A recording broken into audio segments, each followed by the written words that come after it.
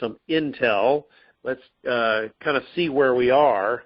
I think we're in a really good place, and I feel like today, in some ways, I got the biggest, greatest amount of pertinent intel for us that we've had on any one day.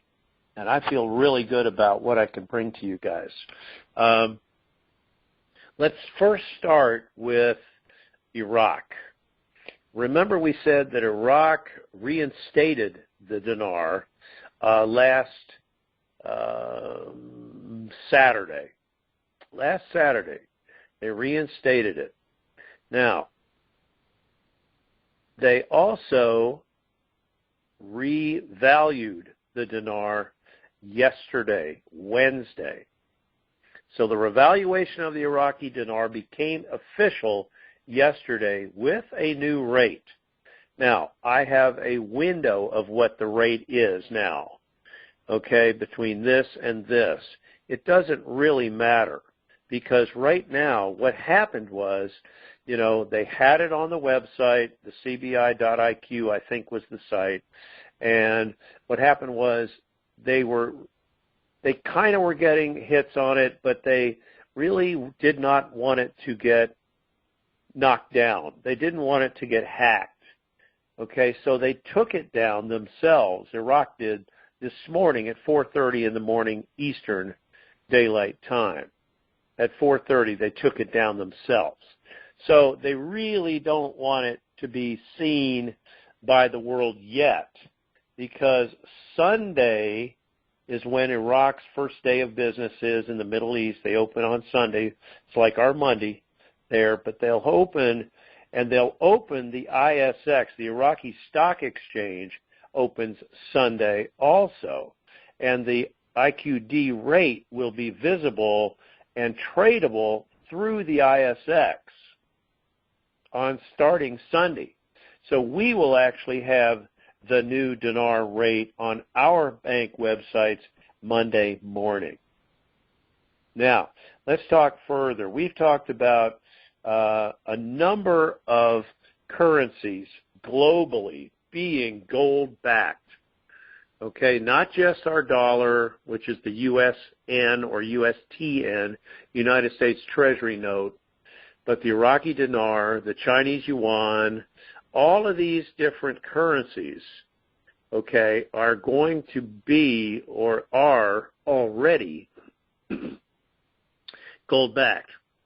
Now, we believe the gold standard will be introduced at the same time around the globe on Sunday, our time. Sometime Sunday, this coming Sunday, we should be getting some form of announcement that we are back on the gold standard and we have a gold-backed dollar, which we call the USTN.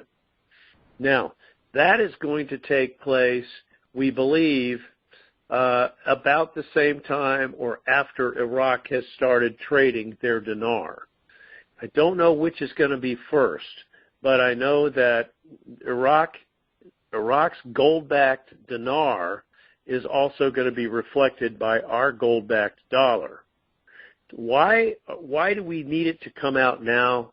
Because you remember Tuesday night we talked about the decline in oil prices all the way down where it crashed. The oil market crashed all the way down to zero and below zero to minus $37 per barrel. And it actually dropped to minus $40 and retraced up to negative $37 per barrel. So as a result of that drop, that precipitated some bank moves that we talked about.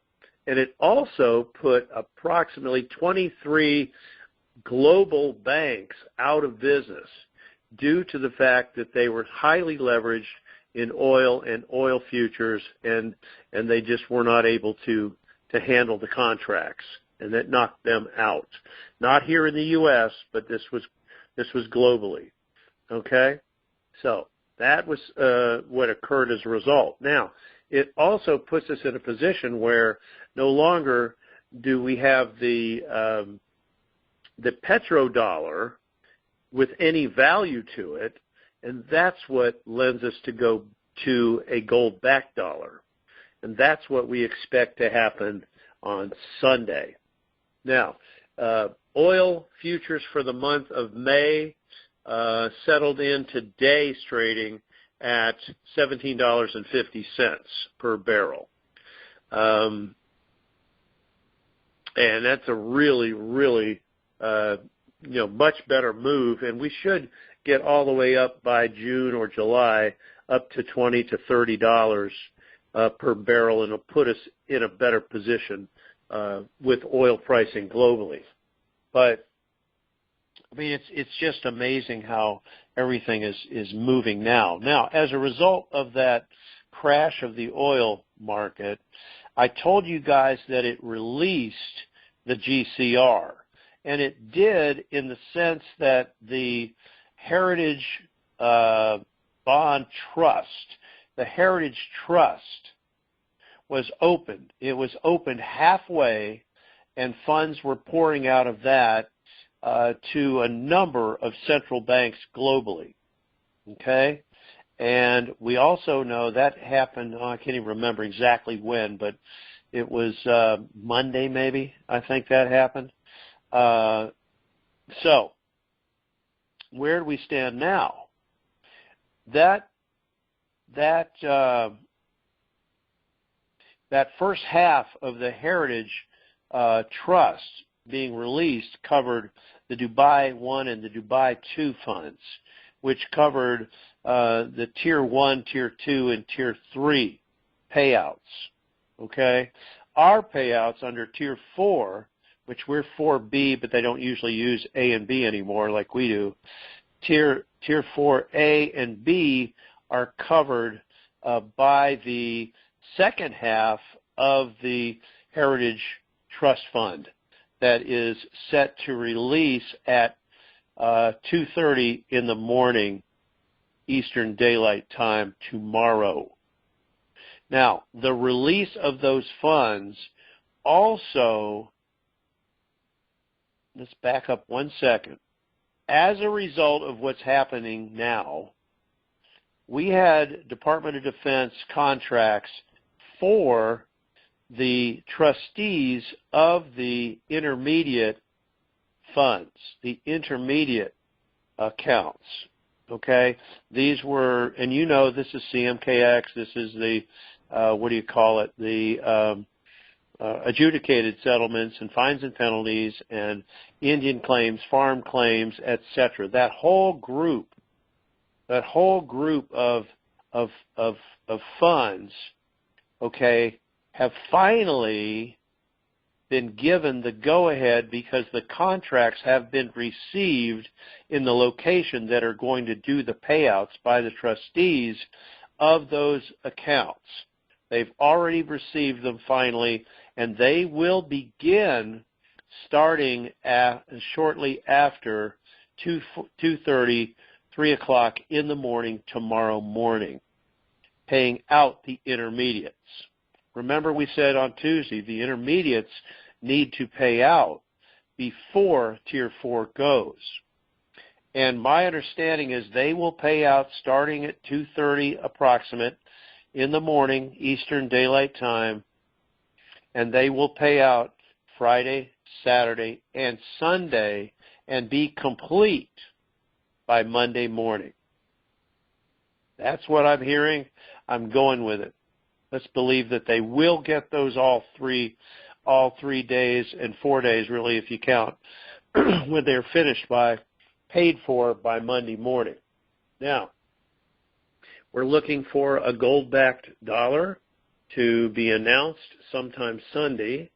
We know the Iraqi dinar is going to have a new rate as it's traded upwards on Sunday in the ISX, and we know that the dollar, if it's gold-backed and announced, will be very, very strong on Monday, and we think that everything that we've got with those intermediate groups being paid out will lend itself to us getting started with our Wells Fargo emails, over 501,000 emails with the toll-free number on them. Those should go out along with the notification to me, at approximately the same time Monday. We're hearing around lunchtime, maybe slightly after. And if that's the case and that's good to go, we should start, based on that information, we should start sometime Monday afternoon. Now, we could start Tuesday, but there's no reason not to start Monday due to the QFS system and the real-time payment system that is in place now. Because of that, there's no longer the reason not to do something on Monday now. That has gone away. Okay, so we're looking very strong for next week, starting Monday. Possibly Tuesday, but possibly starting Monday afternoon. I'm just saying, I'm not calling it, but I'm doing everything I can not to call it, because I think the information that we have today is setting us up for everything that we're looking for to begin. We are in the midst of a paradigm shift. We're in the midst of a 10-day paradigm shift right now, and we're about 5 days into it. We know that we should get started here this next week, and we know our 800 numbers will be good through the 15th of May. So don't worry about that running out in April. We will get to exchange using the toll-free number in the redemption centers through the 15th of May. The public will go sometime thereafter. Okay? So that's really good. And it could be that our gold-backed dollar, the USN physical currency, the new money, may come out around the 15th. The theory was that it would come out approximately the time that the public would start. Now, you're going to have 90 days to spend your fiat dollars, if you have any, or to trade them in at the bank for your new gold-backed USTNs. Okay, so don't worry about that. If you have tons and tons of fiat dollars stashed somewhere, it won't be any good after the gold-backed dollar comes out beyond 90 days. So be thinking about that. Be thinking where you have all that stuffed in the mattress or out in the yard in the coffee cans or wherever you put it, okay? Cookie jar. I have a feeling most of us don't have that luxury right now. All right, so that really gives us the idea pretty much of what's going on. I can tell you that the bond platforms in Monaco, in Hong Kong, in Zurich, or actually Bern, Switzerland, B-E-R-N-E, Bern, are all liquid. In Miami, too. They're liquid. They're good to go. So that's something that is also good and new for us. I know that the bill to increase the funding for small businesses, the second bill is being passed as we speak, or has passed already, and President Trump will sign that into law tonight. And that's great for our small businesses in the meantime. They're going to do really well. On a similar note, you guys know we had tornadoes in southern Oklahoma, in parts of Texas, and even parts of Kansas yesterday.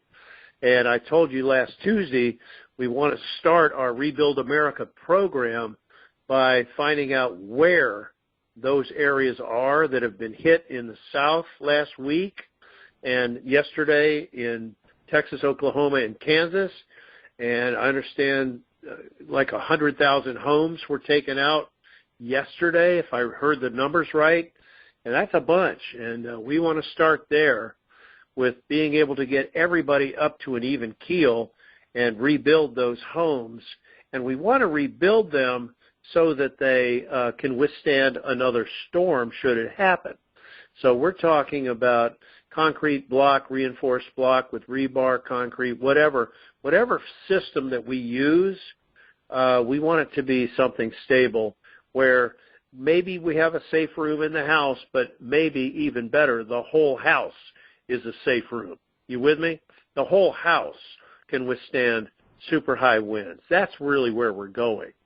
Okay, that's what we want to do, and I want to work directly in some of these states by getting in touch with these mayors, community leaders to find out how we can help them rebuild. Okay, that's what we're going to want to do initially before we get going on our nationwide Rebuild America projects. But I'm excited about where we are based on this information today. We have never been here before. We do have a revalued dinar. The dinar is not visible on the website now because they took it down on purpose this morning at 4:30 a.m. Eastern Time. And we're going to end up seeing it basically in the banks on Monday. So, and I do believe it will trade upwards of where it actually revalued yesterday. So don't worry about that. It's going to be fine. Dong is so hard to get a rate on the dong, forget it. But, you know, it'll be trailing the dinar, but not by a whole lot.